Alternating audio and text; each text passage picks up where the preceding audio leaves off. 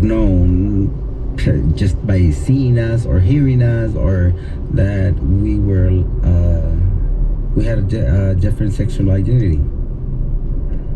I was training in the gym, and one of the old timers, he was very famous from here, came and they were looking for an exotico in the biggest company that Ciudad Juarez had at that moment, 1988.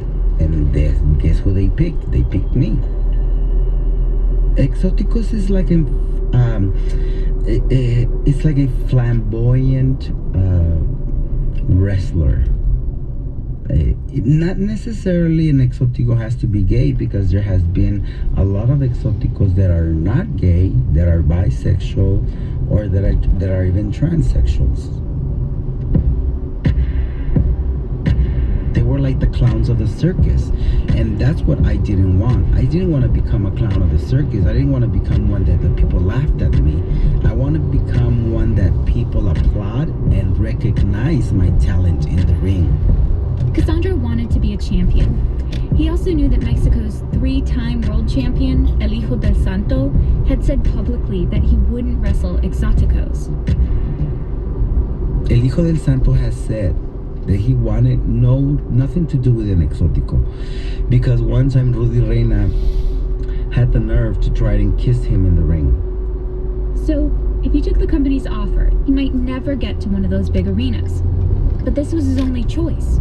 Join the company and wrestle as an exotico, or don't wrestle with the company. You know that every luchador's dream is to wrestle in the big arenas and with the big companies. And that was my calling. So I just said, okay, I was very scared, very nervous, because I was going to be an exotico.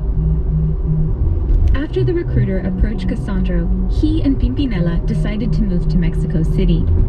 Moving meant bigger matches and better opponents, but they weren't going to get anywhere without a look.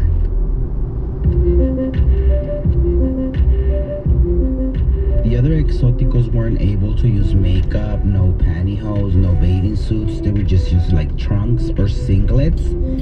And when we got together and we talked about it, we said, what do you want to wear? I said, bring the feathers and the glitter, and let's just bling bling ourselves a little bit more, and we'll take it from there.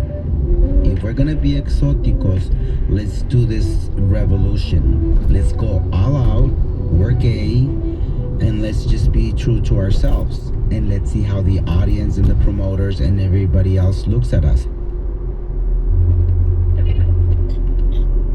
I was hit harder, I was pushed down harder, and I was slapped harder, and I was spit on my face more times.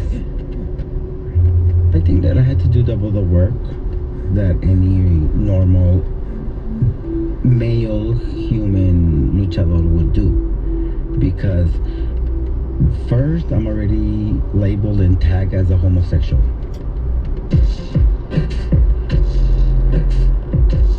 Normally, the good guys are the ones that do all the great stuff, the flying, the suicide topes and everything. We're not just jesters. We have this talent.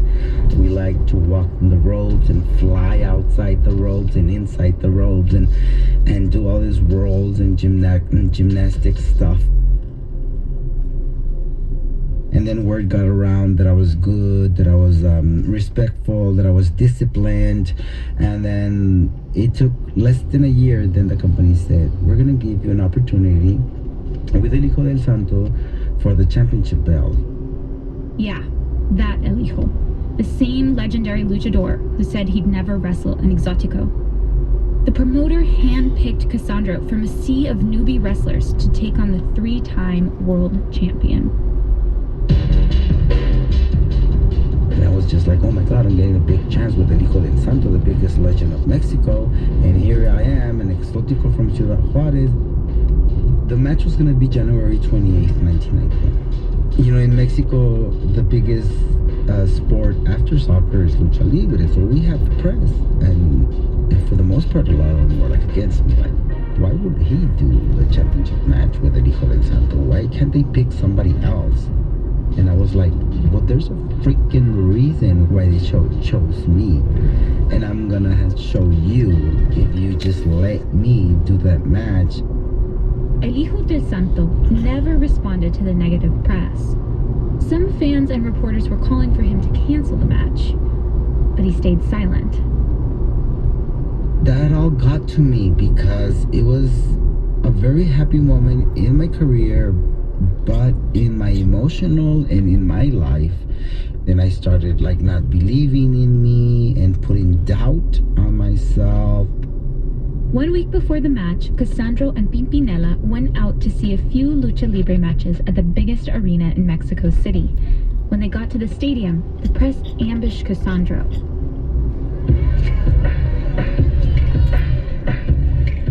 The question was like, do you think you're fit for the match? And they would scream stuff like that, and I think I tried to put the best face that I could, and I didn't say nothing.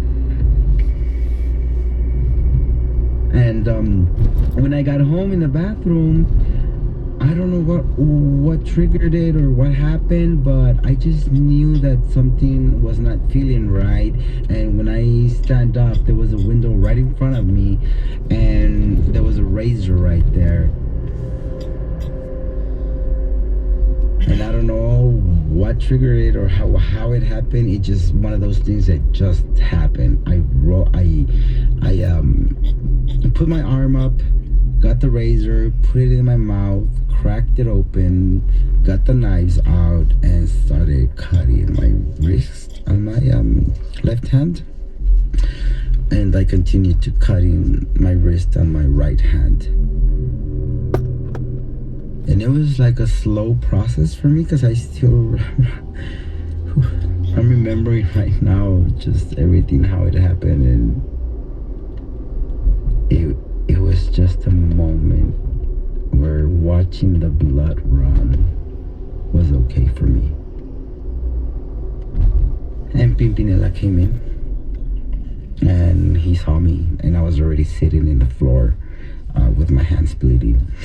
And he came in and got me and just carried me on to the living room. We called the doctor, and you know, they fixed me, but I had some bandages on my wrist, and so I had to wear long sleeves, and I didn't like it, and I didn't want nobody to know, of course, but you know, the word was gonna get around. And so I decided, like, you know what, you're already down, get up, pick yourself up, and go forward, do it. The fight was on a Thursday, and it was in the Arena Pista Arena Revolucion in Mexico City, 8 p.m. And then going to the arena was just like, oh.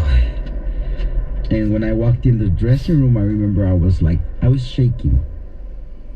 And I had taken Pimpinela with me because I said Pimpinela wasn't going to wrestle that night, but I said, Pimpi, you got to go with me. Come on, you got to go with me. You got to be at my corner. You got to be my second. And he's like, all right, I'll do it. And he said, look, you're going to be okay. Do the best that you can. Don't let the people or the nervous get you. Here, take a sip of this tequila and it will help you. And then all of a sudden they go, okay, you guys, we're ready for you. And they go, Cassandro. And there we go. Cassandro el Exótico is the Liberace of the Lucha Libre, La Diva del Ring. Once they put that song on, I Will Survive.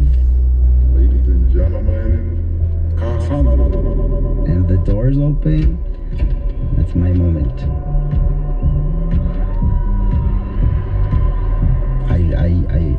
I walk out with my big long tail gown, and people are like, wow, look at this guy. And I have my makeup and the glitter and the bling bling, and I'll do that catwalk. We start our match, and that's the time that you have to put all your knowledge to work. So we start wrestling. like doing one move after the other one, and then the people were just like, oh wow, that is very pretty. And then I would shine, he would shine, and we started doing our moves, and that's how you get the recognition, because that's how you're telling them, see, I know how to wrestle. This is how I defend myself.